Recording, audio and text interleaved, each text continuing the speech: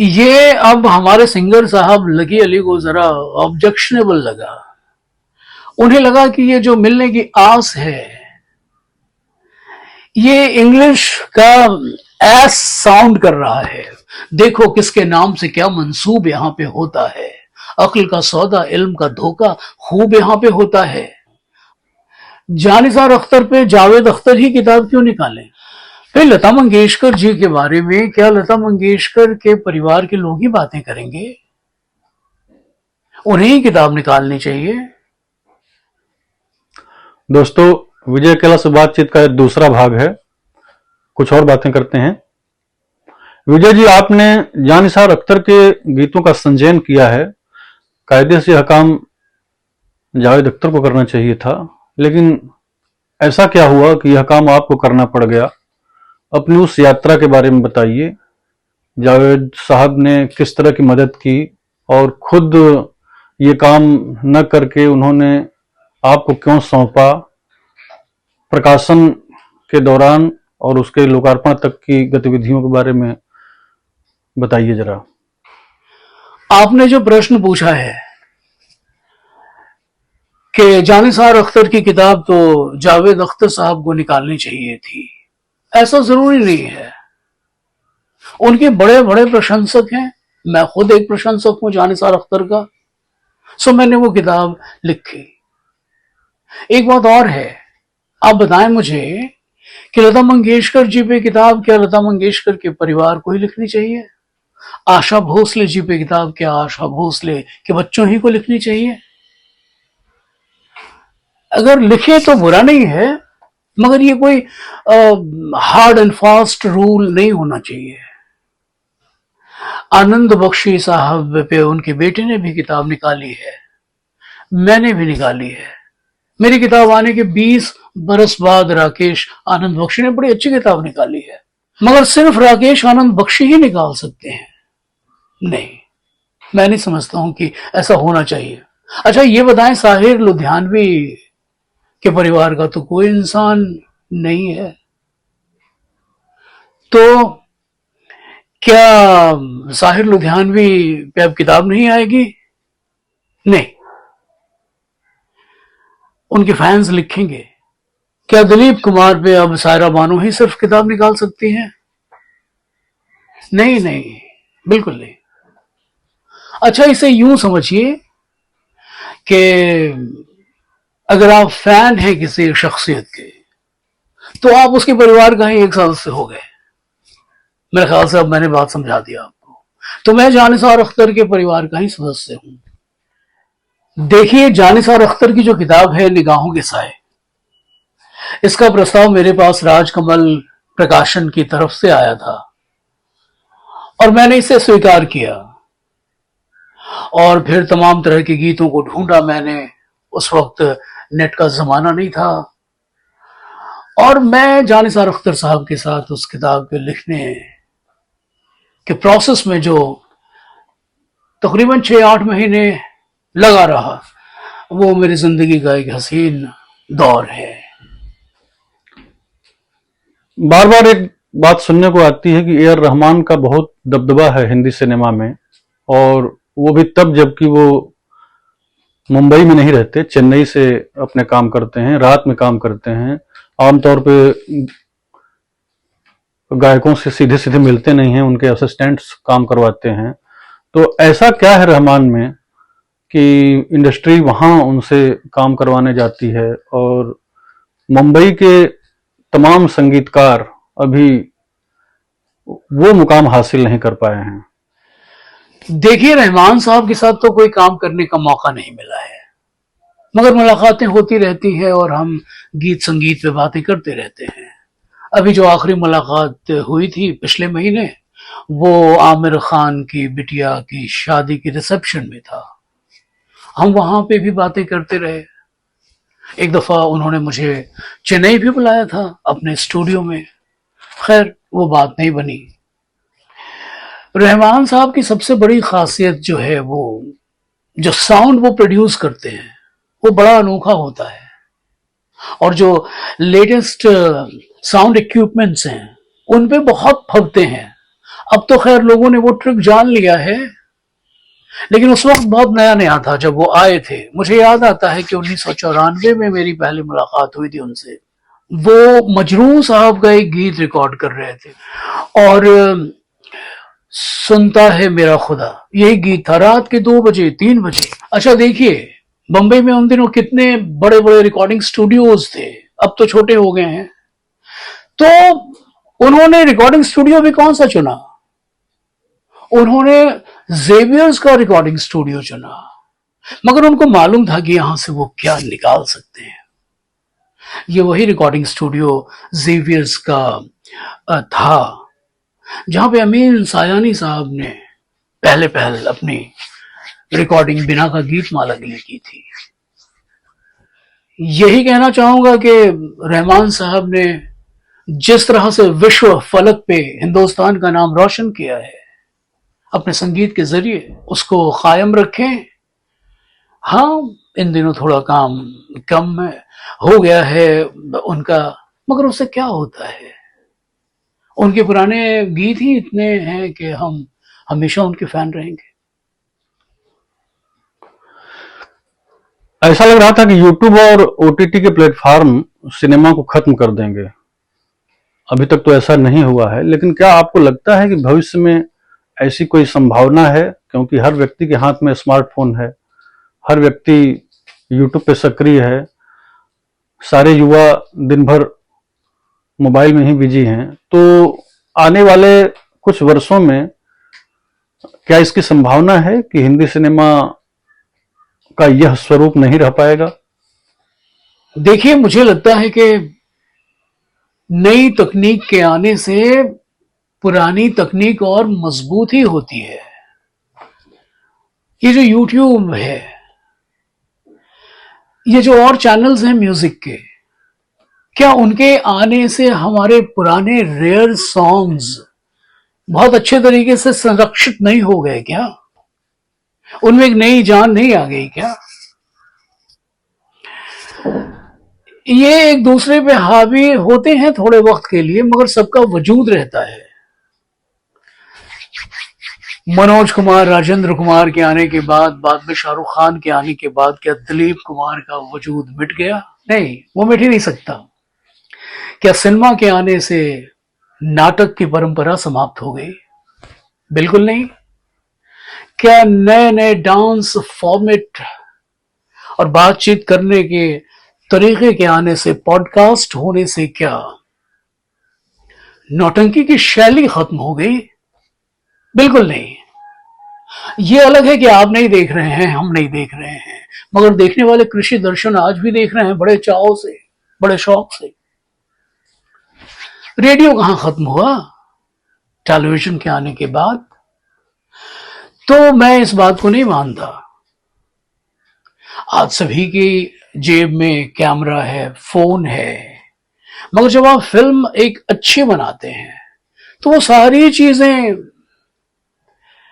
आपके काम आएंगी, जिसको हम साउंड कहते हैं, जिसको हम अच्छा लिरिक्स कहते हैं, जिसको हम अच्छा म्यूजिक कहते हैं, जिसको हम अच्छी आवाज कहते हैं, जिसको हम अच्छी एडिटिंग कहते हैं, जिसको हम अच्छा कलर कहते हैं,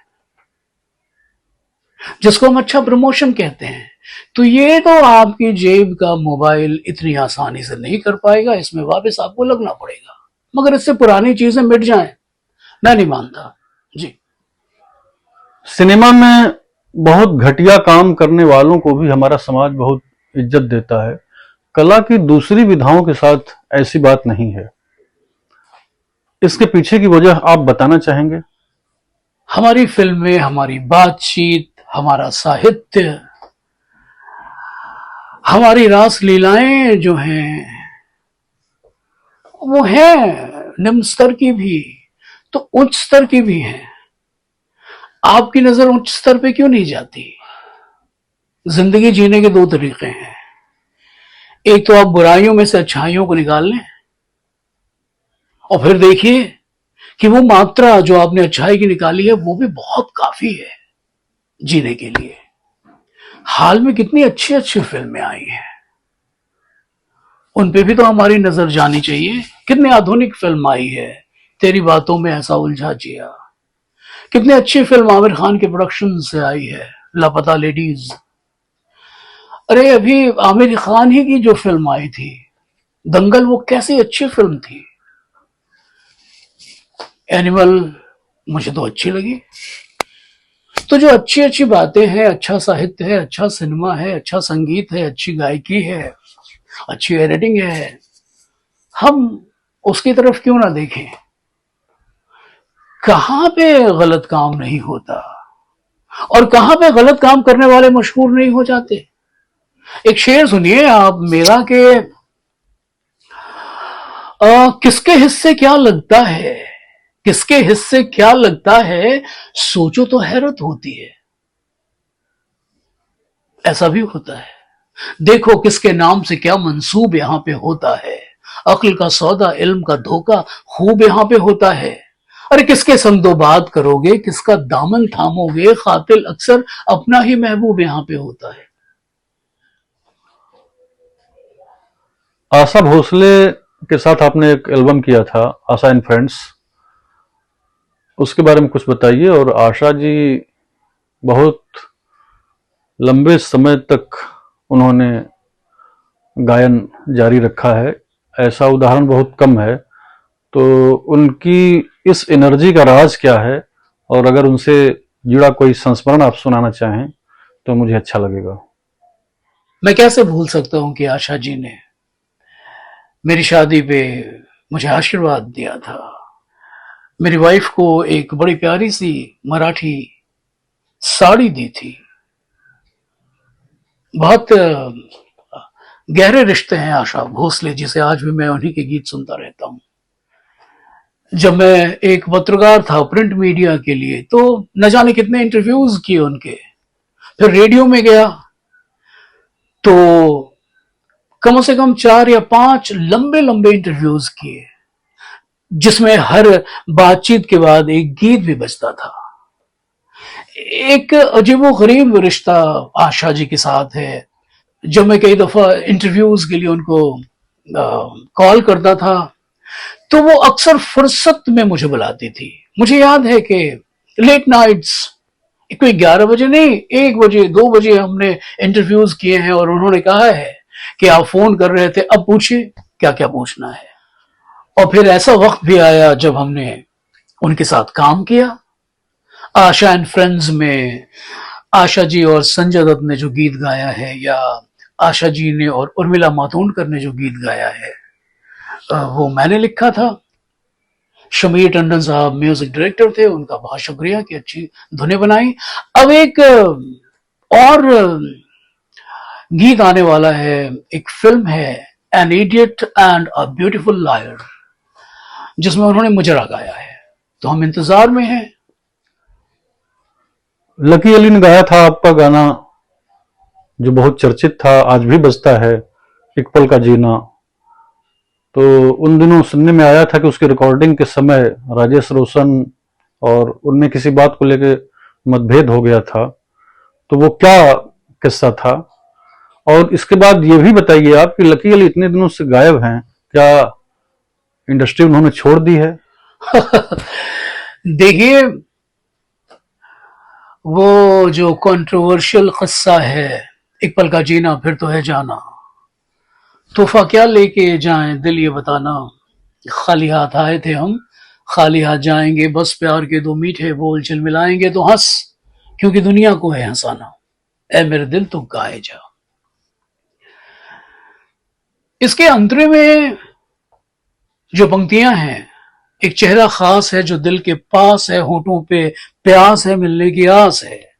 अब ये जो मिलने की आस है, ये अब हमारे सिंगर साहब लकी अली को जरा ऑब्जेक्शनेबल लगा। उन्हें लगा कि ये जो मिलने की आस है, ये इंग्लिश का एस साउंड कर रहा है। हम लोगों ने उनको समझाया, बल्कि हम तमाम लोग थोड़े गुस्से में आ गए कि ये क्या कह रहे हैं आप, किस दुनिया में रहते हैं आप। मगर वो माने नहीं। वो माने नहीं तो अच्छी खासी बहस हो गई, बहस से भी ऊपर की बात हो गई। ये अजीबोगरीब बहस थी जिसमें सभी के चेहरे पे एक अलग तरह की मुस्कान थी कि ऐसा कैसे सोच लिया इन्होंने। फिर वो गीत बंद हो गया। फाइनल सेटिंग थी, उसके बाद रिकॉर्डिंग होनी थी, वो बंद हो गया गीत। राजेश रोशन साहब ने, संगीतकार साहब ने मुझे आश्वस्त किया कि विजय ये गीत तुम ही लिख रहे हो, ये जब भी रिकॉर्ड होगा, जो भी गाएगा, ये लिरिक्स तुम्हारे ही रहेंगे। इससे मुझे बहुत बल मिला। वो मेरा पहला गीत था।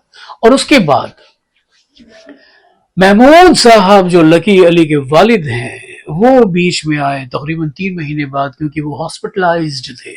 जब उन्हें ये बात पता लगी तो उन्होंने सभी को एक अधिकार पूर्वक डटाई लगाई और कहा कि तुम लोग क्यों लड़ रहे हो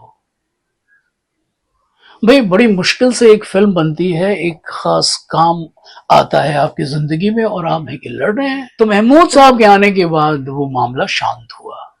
लिरिक्स तो वही रहे, धुन वही रही और उन्होंने गाया। ये किस्सा था। ये किस्सा आपको कहां से पता लग गया भाई? जी। और ये जो आपने सवाल पूछा है कि कहां है लकी इन दिनों, तो इस बारे में तो यही कहूंगा कि खुद की खबर लकी अली को होती नहीं है ज्यादातर वक्त।